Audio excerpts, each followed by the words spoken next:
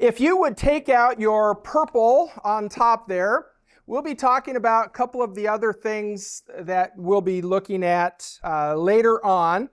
But I just thought this is kind of cool as you look up here and kind of see the row underneath there of the children and youth ministries that we have here. And there's actually some more. I did not even include VBS, which is usually a part of things. And, we've got things that are happening here at Anchor Point Bible Church that are just really exciting.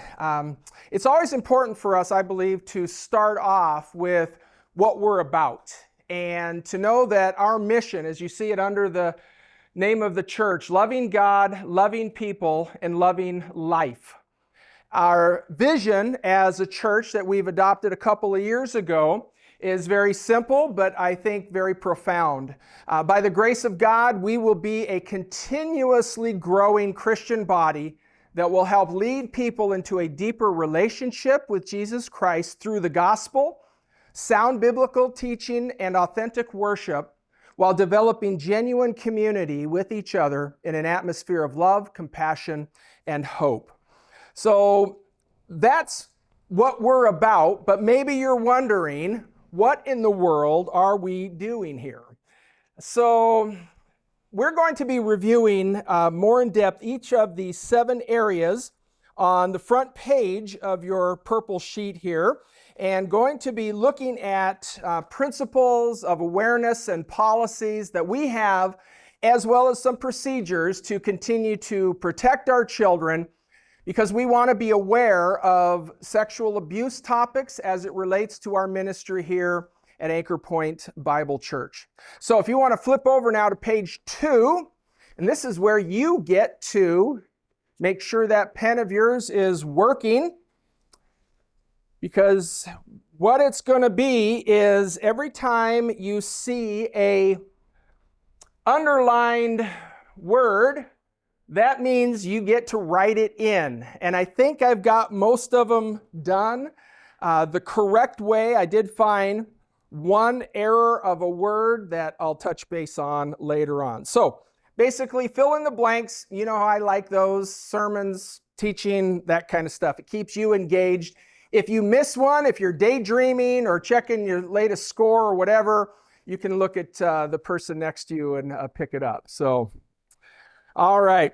So, why are we here? Well, first thing is we want to be responsible for caring for and protecting the children that we minister to. I would say unequivocally that family ministry is the foundation and hallmark of this church in our 100-year history. As I look out here, I see people that came to know Christ at a young age at this church. I see people that have been involved for many, many years. I see newer ones that have come on board. But for 100+ years, whether it was Berean Church downtown or moving to the north side here, or Anchor Point Bible Church for the last 5 years, family ministry has been crucial. So we're here because we want to be responsible, but we also recognize, unfortunately, that we live in a sinful world and child sexual abuse is a real problem. It's a sick problem, but I didn't put that down there. It's a real problem. 37 years I've had the privilege of being a pastor, 5 different churches. I've seen some things, and some of them haven't been pleasant. I have seen churches in the communities where I have served be destroyed by situations that happened within them, and they didn't have a plan to rebound, to even deal with it. I've seen unity rocked by situations. We've had things happen in our own community here in the past. In Holland, those were some really bad things. We're going to be touching on this page here. This is for you to take home, okay? Without going into a lot of detail, you notice the date on there is August 1995. We had a sister church in our area that was actually planted by one of our former associate pastors, Steve Hartman. And some things happened at that church that you're going to read about in this. An entire issue was devoted to the horrible situation in a 2- and 3-year-old Sunday school classroom with a husband-wife team teaching. And this is something that as a grandparent now, as a parent, it truly was tragic.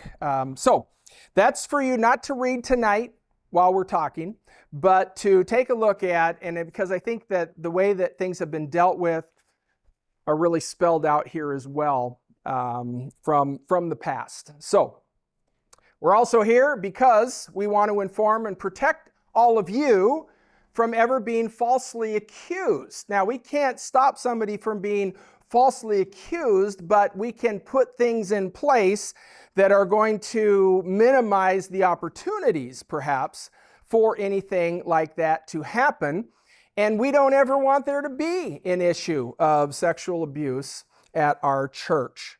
So it's devastating if there is a fake or a false accusation. It can destroy a life, a family, as well as a church. So we want to be proactive to not allow Satan to try and destroy the great things that God is doing here at Anchor Point Bible Church. And we also, and I've said this from the pulpit, we're here because, we have to. Because the insurance companies, because of things that have happened in the past, are increasingly, and ours is one of them, saying, you don't do this with your people, you don't provide training, well, guess what? We are not going to cover you if there's ever an incident. So we had to show them what we have in place, and I showed the material that we are going to be teaching, and he said that's exactly what needs to happen. So that was good to hear. All right, why aren't we here? Maybe this is just as important as why we are here. We're not here to look for something that isn't there, okay? This is not a knee-jerk reaction. We aren't, trying to get ahead of things here. This needs to be assurance for you. We want to develop trust and continue the climate of responsible care here at Anchor Point. We're not here to create a climate of fear. We don't want to be, looking at each other and thinking, oh boy, or around the corners, but we are going to be talking about accountability. We're going to be talking about some principles of working with children that I think are very important. We are not here to promote mistrust. That goes along with the previous one. And I'll say it again a different way. We are not here because a problem has been identified. So part of our responsibility is to know the world in which we live and the laws that are in place. For us, that's Michigan State, and Michigan has done a very good job of putting things in place that are requirements for schools and churches and programs and ministries. And we want to get through the technical stuff here, not just to push through it, but to be able to say this is some stuff we need to talk about. So Michigan has a law on the books since 1975. It was amended, from what I found, it was added on to in 1988. And there's at least 60 or more elements to these laws. Some are very detailed, some are pretty broad, but all the sections of this law are known as the Child Protection Law. Some of the things that this law talks about are some definitions from the Michigan State law. So I want to give us some of those legal definitions that we'll be talking about tonight. First of all, what is a child? Well, some of you might be seated next to one. I don't know, in your mind maybe. But when it comes to the definition of the law, 18 years old is the person who is defined as a child. Now, I know some 18-year-olds that are more men than men that I know who are twice their age. And I know some 18-year-olds that are very young and immature. But that's the definition. Now, what about child abuse? Child abuse is speaking of any harm or threatened harm to a child's health or welfare by a person that is responsible for their health and welfare. How can that happen? Well, there's several things. Non-accidental is one of them. Physical, mental injury, sexual abuse, maltreatment, or exploitation. So you see here, yes, we're talking about sexual abuse, but it's a broader range as well. And so we have child abuse, and then child neglect is another part of this law, which is harm to a child's health or welfare by any person responsible for their health or welfare. And here's some definitions that the state gives. Failure to provide food, clothing, shelter, medical care. That would be neglect, not abuse, but certainly terrible, or placing a child at unreasonable risk to their health or their welfare by someone who should be more responsible. So, when the sign says, do not walk or don't get too close, if you're at a zoo or you're at a place where there's a cliff and you are in charge of a child, you're going to be holding on to them pretty tight because they're going to want to explore more. But there's reasons that those signs are there. So got to be so careful in a broad range there. Now, here's the, unfortunately, big one in this day and age in which we live. Sexual abuse means engaging in any sexual contact for the sexual gratification of an adult or older child. And unfortunately, that happens as well. So we've got two categories of sexual abuse, okay? They fall into the touching and the non-touching categories for sexual abuse. Now, before we go on, that's kind of the technical stuff. Does anybody have any questions or anything about any of the phrases, or did I go too fast there? Any questions? Not so much comments, but questions or... Yes, in that sense it would be. Thank you. That's a good point. Did you hear that? Minor would be that 18 and under. Tim? And then... or verbal abuse is covered, or should we consider those three things under this idea of abuse in general? Yes, that would be under the child abuse. The et sec, if you ET period, SEQ period, with those 60 plus things, they cover a lot of those as well. Yes, Denise. Children, are we considered mandated reporters, or are just you and the staff considered that? It's a great question, and we're going to get to that in just a little bit. Thank you, Denise. Excellent. I'm going to introduce Pastor James now to come and share a little bit about touch. Of touching and non-touching. So what is appropriate and inappropriate touch for leaders, and how do children then see them?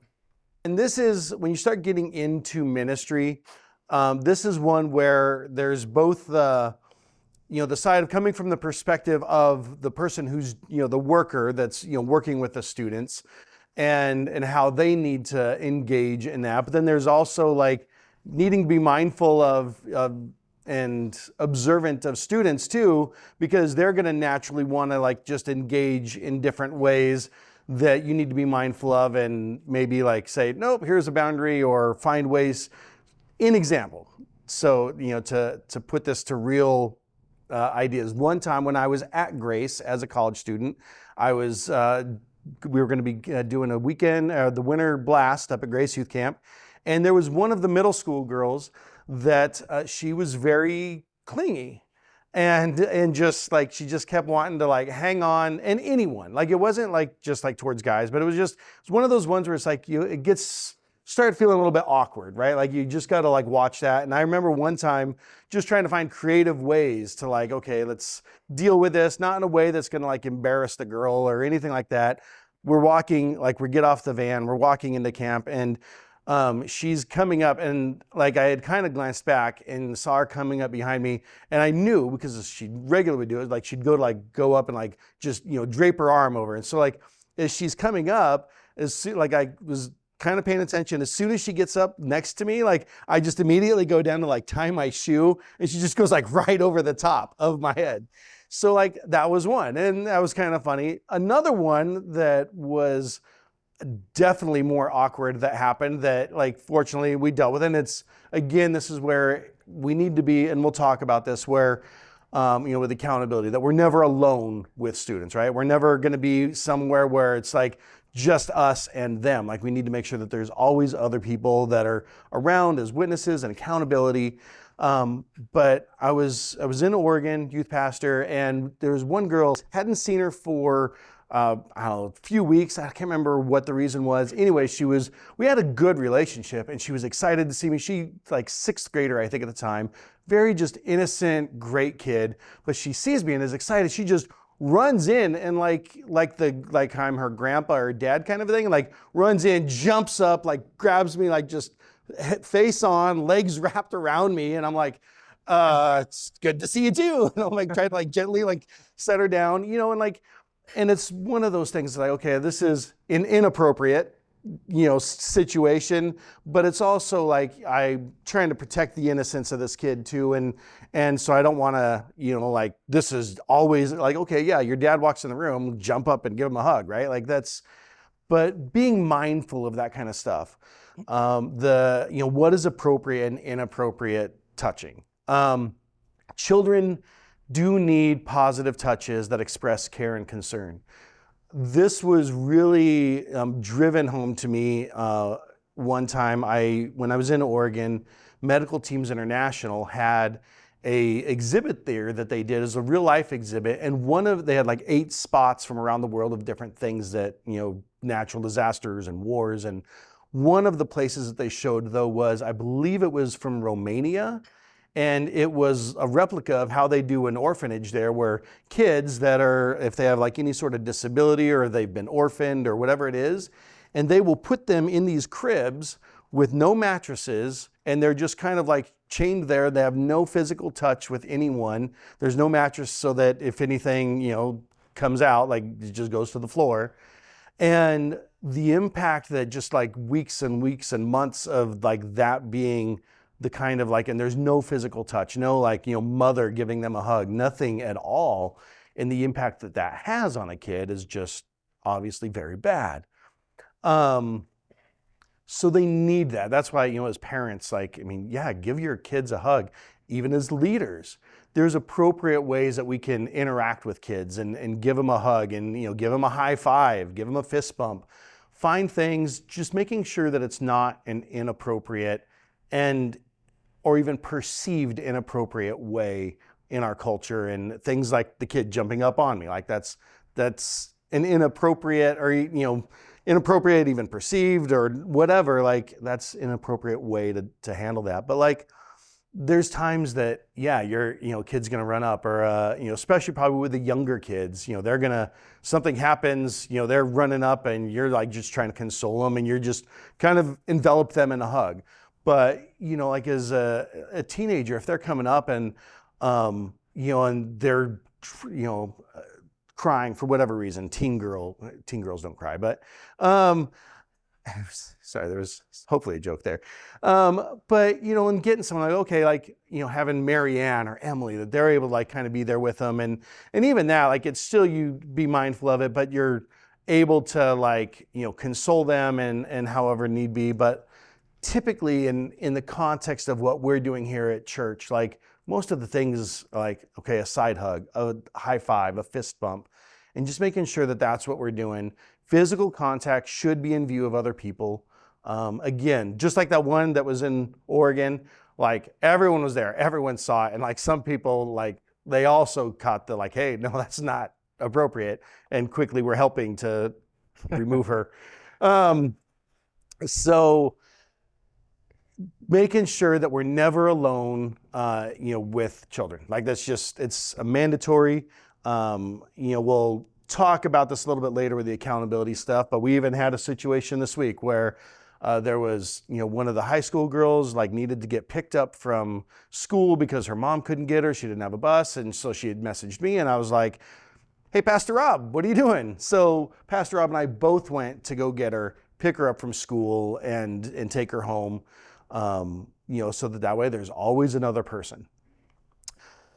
Appropriate is from the side, not the front. So again, like just, give that side hug, and I think there is like, coming alongside is good, but again, it's always with people around anyways. So making sure that that's what it is. High fives, fist bumps are great. Hand holding during prayer is also appropriate. We even we did one, not here yet, but we connected our fingers. Like our fingers are our strengths. In between is our weaknesses. We put them together and but we would do things like that.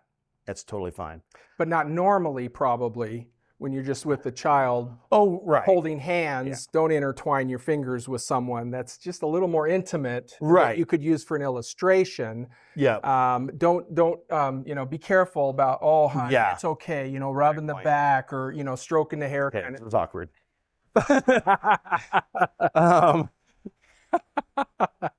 During games and activities, leaders should be sensitive to the possibility of physical contact. Remember that children may respond differently to what we have identified as positive touch because of a past bad experience. Mm-hmm. So, And you touched on that too, yeah. James. Your experience and maybe others, how we interpret those, even what we consider to be loving movements or situations can be misinterpreted. Now, this next part here is kind of a red flag situation. If we recognize that there's something there, we're going to say, we want you to know, we're going to say something about it. Hey, we noticed this. We know nothing was going on, or we hope nothing was going on, but I don't know if you realized how that kid was reacting to you, or, and we just have to we're not going to police or patrol it, but if we notice it, or if you've noticed it, and we'll get to that here going forward, you might want to say something just to us. You don't talk to other people about it. Just say, I came across this. It just seemed a little off and just wanted you to be aware of it for us to be able to address it in love, speaking the truth, because we're all in this together. And that's really important. And we got to remember too that there's different socioeconomic realities in the difference of the children that we have coming, particularly at Awana. It's a part of life, and the children that we want to reach and that we're bringing in, their experience may be very different from your children or your families. So that's really important. So if you already turned to page 4, that's the next one there. And we want to talk about what you're to do if you're unaware of a situation that I kind of just alluded to. But this is a little deeper. If you become aware of a child that's involved in our ministries who's in an abusive situation through a church program or in another area of their life, because that's probably what's going to happen more likely than something happening here at church, just honest with you. You're going to have a kid come and they're going to be sullen, withdrawn, or you'll overhear something that just, wait, that's a second grader that said, stuff like that, using words that are more adult in graphic nature, those types of things. Here's the deal. You see that yellow word there? You must report it. And who do you report it to? This goes to your question, Denise. Thank you. James and I are the designated reporters. So we have to report the situation to the appropriate authorities. James had a situation he called me about. He got a phone call from a teenage girl who was unhappy or something, the way she claimed it. He called me and we both agreed we have to call 911. And then it's out of our hands. And that's kind of awkward because you feel bad, but That's what has to happen. We have to be able to do that. So we're the ones who are the designated reporters. If it's not, we don't mind the phone calls. It'd be better in person, but not email or texting. Maybe to, hey, can I talk to you type of text. That'd be a good thing. Now, if a child confides in you of having been abused or neglected, that as well is only to come to the pastoral staff. Do not, say it with me, do not gossip, slander, throw somebody under the bus to somebody else who you're comfortable with or even that you're working with. Now, it may be a tag team if you're working in a class together and you're both aware of it, but it should not get any bigger than that circle of the immediate right there before it comes to James or myself. If it comes to James, he's going to come to me. I'll probably, in most cases, tell James, not necessarily all. But let's read that together, that yellow line. Do not tell any other ministry worker or other person. Thank you. We will be the ones to report it to the law enforcement or Department of Social Services. Please do not talk to others. And I got to be honest with you right up front. I feel so strongly about this.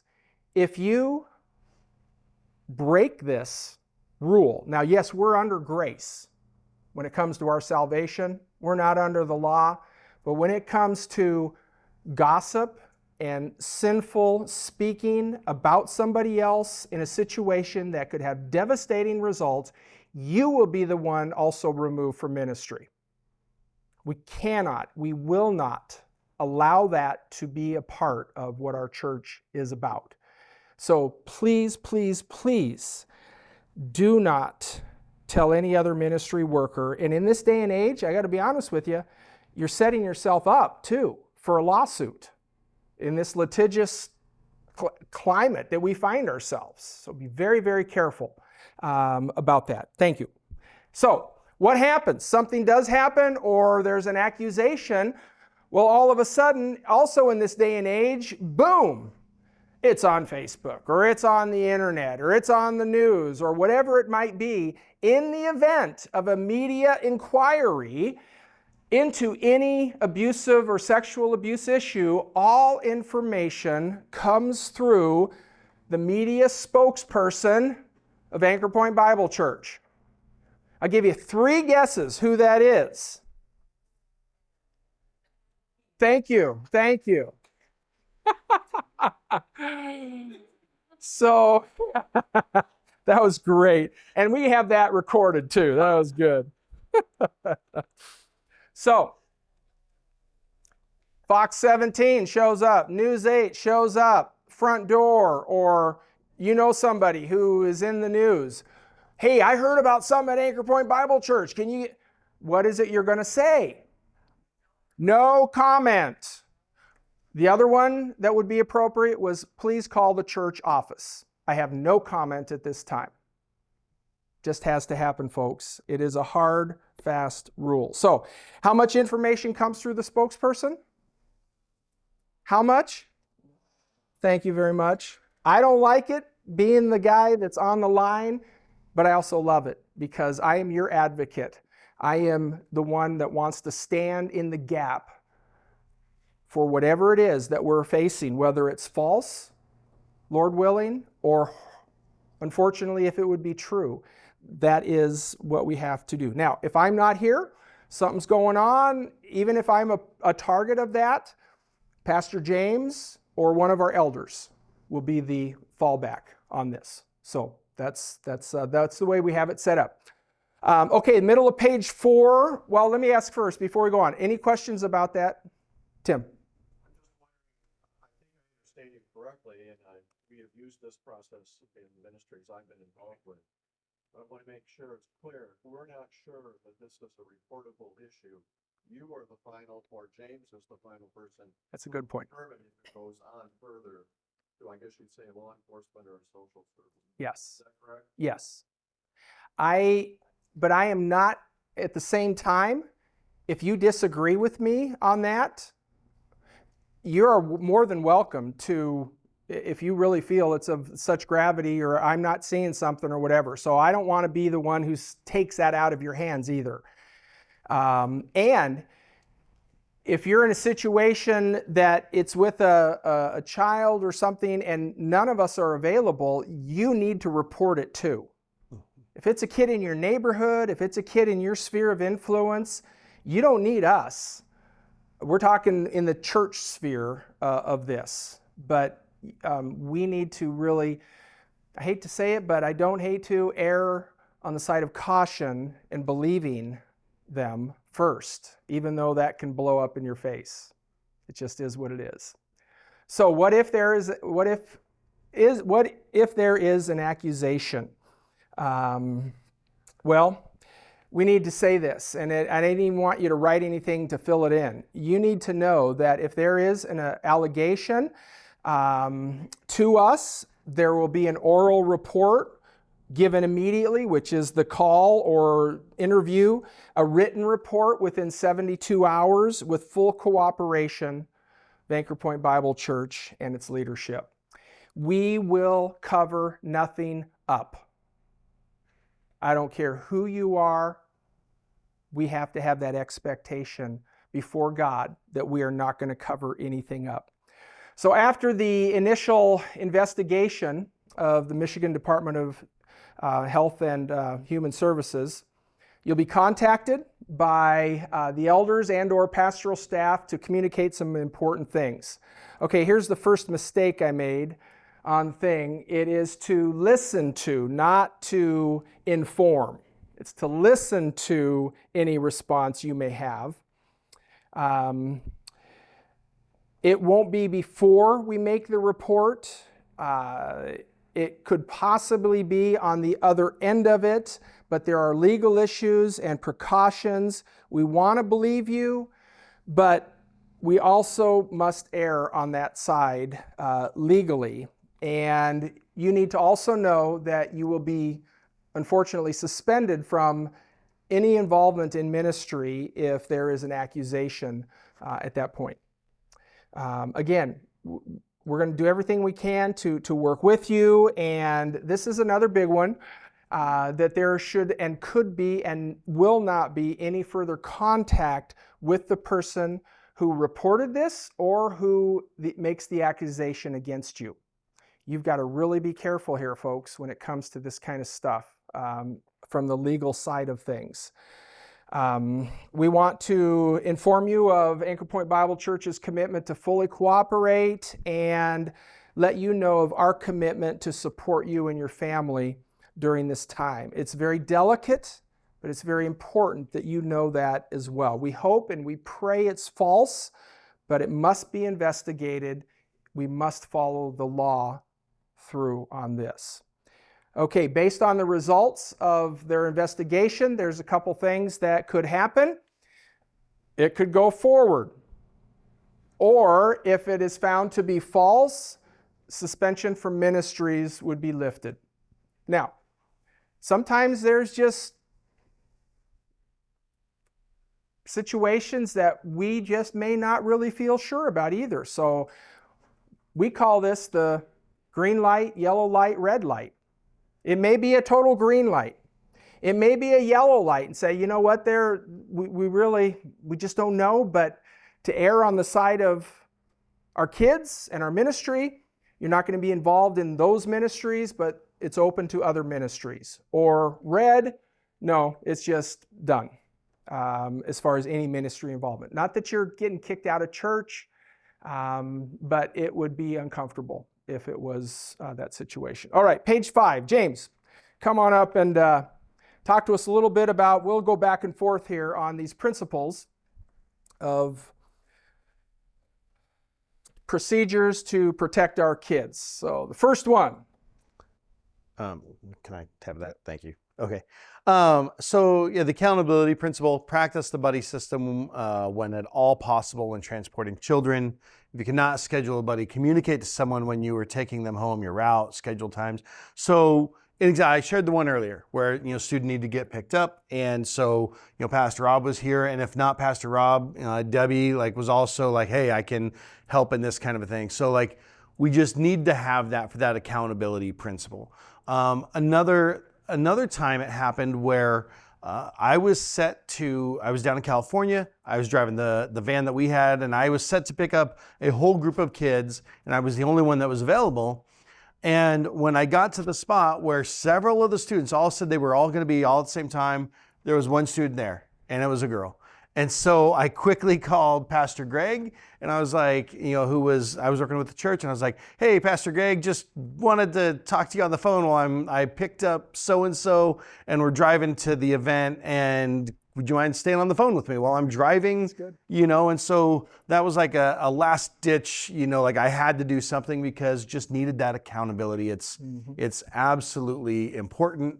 24-hour recording system for every room inside the church and a camera recorder in the church van. So we have just installed that in the past year plus or so. And I don't know if you realize, but you see that thing up in the middle there, that little round eye? You look like a bunch of fish eyes in here. This is a weird room. It's like the whole circle, but every other room has cameras, and they are recording 24/7.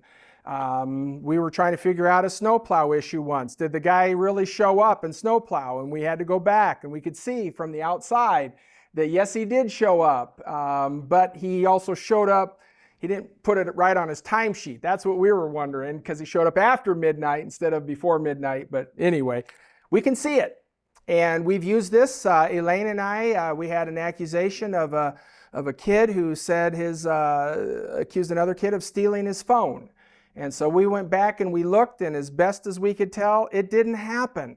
But it didn't satisfy the dad so much, but we did our due diligence. We can see those things. So, and the van, that's a new thing too that we put into place. Dave is our traditional van driver. He'll be working with Marty. But once in a while, there are times, and you know how it is, school bus drivers, there's one there, but guess what? They have a camera, right? Phyllis, you know the bus drivers, you've helped with those. So we have that in place, and that can be moved to other vehicles as well, if need be. And I want to say too, as far as with the accountability thing, it also, there's the legal side, there's what it's recording, all that kind of stuff. When it comes to ministry, I had a student that, or it's happened actually a few times, but one in particular, again, stood out to me that this student, she showed up early for a youth event when I was down in California, and I was the only one at the church yet. And so she shows up, and it's like her mom had one of those moms just dropped her off. And I was like, she knocked at the door, and I was like, oh boy. So I'm like, okay. I go, I hate to do this, but I need you to wait outside until I have another leader get here. And, and this is why. And I just explained to her, I said, we have an accountability thing that I can't be alone, and no adult can be alone with a student, in this kind of situation. And she actually appreciated it. And it helped her, as she communicated to me in her way, feel that we cared about her safety, and that was that important for us, that she felt that safety and that there was that safety there. So I just want to encourage you too, it's, kids get it, and as you just communicated honestly, hey, there's this accountability thing, and they'll see that. And I think it helps in ministry convey how important these children and students are to us. Yeah. Report any sexual abuse conduct of a ministry worker to the pastoral staff. And obviously if there's an accusation against one of us, reporting it to the other staff and the elders, it's got to happen. The above reproach principle. Yeah. It's not only to protect the child, but it's to protect. Oh, wow. the leader. Absolutely. Yes. Thank you. Mm-hmm. Yes. We'll save babies, and so I think it's important to know it's to protect us too. How many of us have watched crime scene dramas or something where something happened to a kid by someone they trusted, but they accuse somebody else, because of a situation that happened to them, so that, that's a very good point. Thank you, Elaine. Yep, absolutely. So above reproach principle, when meeting, visiting, counseling individually with children, do so in a public area where there is regular traffic flow of people. An example of that I had, and I'll be doing it here again, ministry here, I'm looking forward to it, but I would do things where I'd do a happy hour at Arby's with students, or, go into a coffee shop. And I would, it's at a coffee shop or a place that's public, and I would let, an employee there know, like, hey, this is who I am. I got students that are coming to meet me. This is what we're doing. And then I would talk to like a parent or one of the other leaders even, and just be like, hey, would you mind you want to get a Coke and just hang out on the other side of the restaurant or whatever, but still that you're there. And just being above reproach, you're never alone. Again, you're never alone because we got the watchful eyes around the church building, but never being alone. It just can't do that. If the meeting, visit, counseling is happening at the church, do so when other people are present in the church building. Use a room with high visibility or call someone to make yourself accountable and responsible. You notice that all of our rooms have windows. That's the reason why. So this has been around a long time. To put it from a pastoral side of things, in our pastoral guidelines that we both agree with, we really make this a priority to be accountable and above reproach in this area when it comes to counseling women in particular. I've been in situations where I've had to let Amy know or ask her to come to the church, or if the person just showed up at the house, that she would be in the house basement or upstairs. I don't know if you remember a few years ago, remember how how would I put this? We'll just say the press really excoriated Mike Pence for saying that he would not get on an elevator by himself with a woman.